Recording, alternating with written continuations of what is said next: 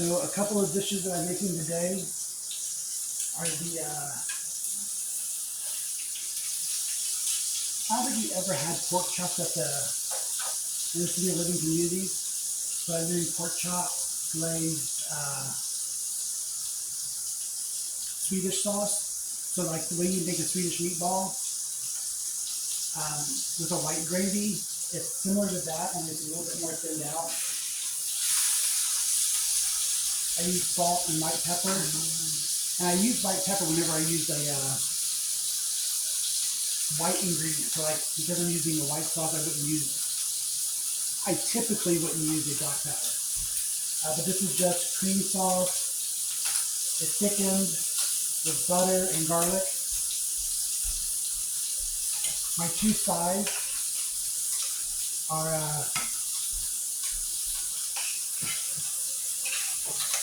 creamed mashed potatoes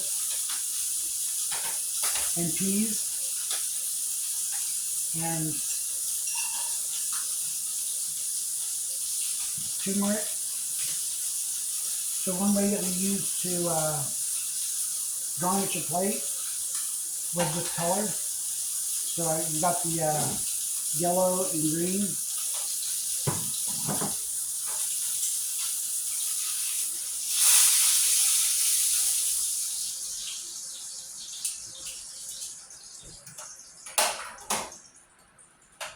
And then I'm going to top it with the cream sauce.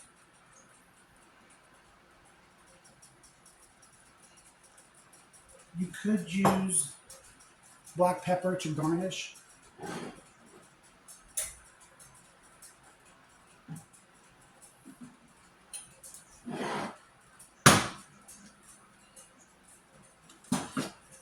And then I used salmon.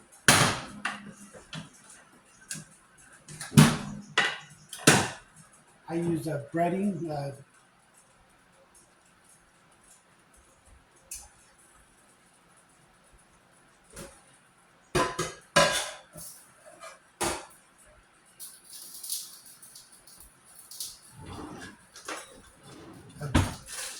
Panko breadcrumbs and butter, salt, and white pepper, and a tarragon for the salmon. And then I used a glaze of cranberry sauce, sugar, red wine vinegar. And another way you can top another garnishing technique, instead of just using parsley for this, would be the cranberries. To let you know you're having cranberry encrusted tilapia. And then in the communities, whenever we had leftovers, you get two sides with like your one entree. And because I have like this pasta salad left over from yesterday, it can be cold. So just having like an additional side. So this would be the club.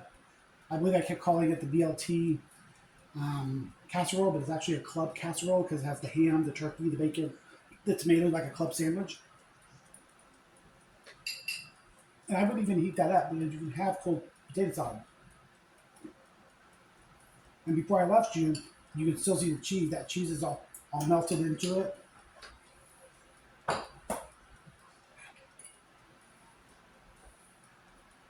The turmeric. Nice pop of color on the plate. The creamy mashed potatoes with the peas. Very nice.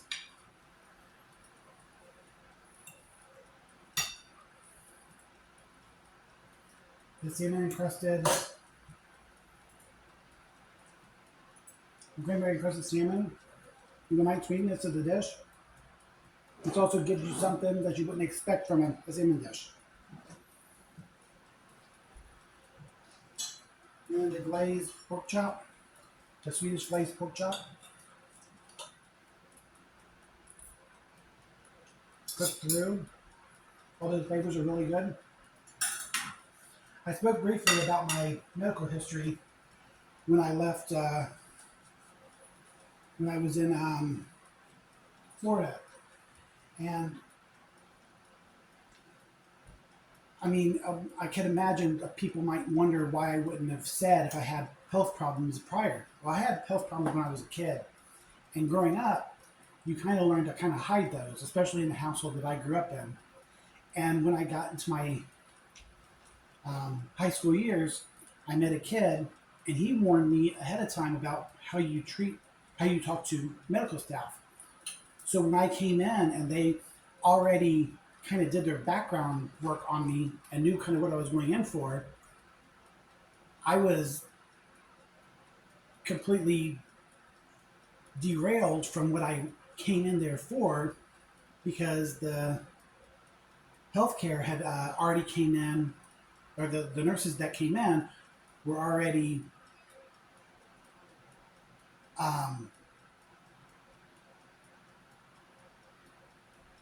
treating me terribly with the conditions that I had. So, like, um, with my reproductive system, with my basic functions as a guy, as a human being, like waste production or waste removal, urination, bowel movements, any of those problems that I had going in were completely derailed by the nurse that I seen.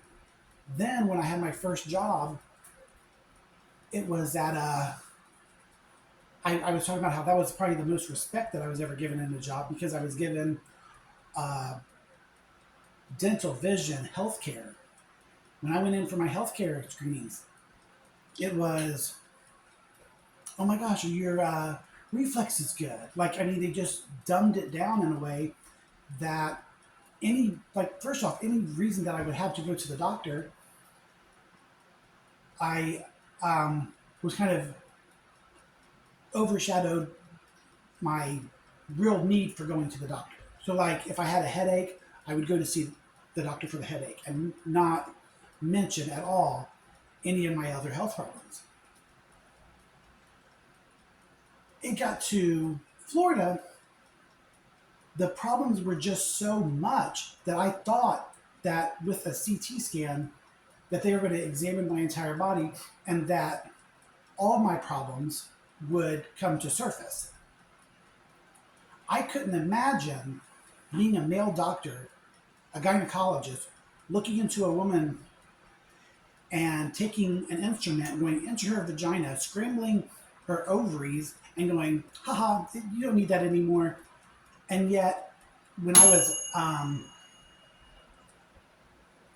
in high school, I had a female have her opinions on my reproductive system. I couldn't imagine that going the opposite direction. And it, a woman, for me, a woman who has no male reproductive system, telling, like, having such an impact on me, on what I'm going to do, is just unheard of. Like, had I not lived through it, I wouldn't believe it. But the thing that makes that even worse is when you see a guy in the background going, yep, that's what you get. He knows what it's like to have the functions that I do and what I would need to make it through life. And it's like with a female, I would be like, I can understand, like, not really, but I can understand how she's not going to get the full grasp of what she's doing and just can just completely derail my entire life based on her own actions. But for a guy to do the same thing is, and I had a guy in Florida sit there and rip my gown off me. Like, the disrespect that I have from childhood to adulthood, to young adult, to adulthood, all the way till I'm 40 now, and still have that same disrespect. Is just I just don't get it. But anyways, this is the meals that I've made: the cranberry encrusted salmon, the Swedish pork chop, creamed mashed potatoes with peas and turmeric, uh, cauliflower. I didn't really want to get back into this, but I kind of wanted to sum up of what I was talking about the uh, the last time about my health situation.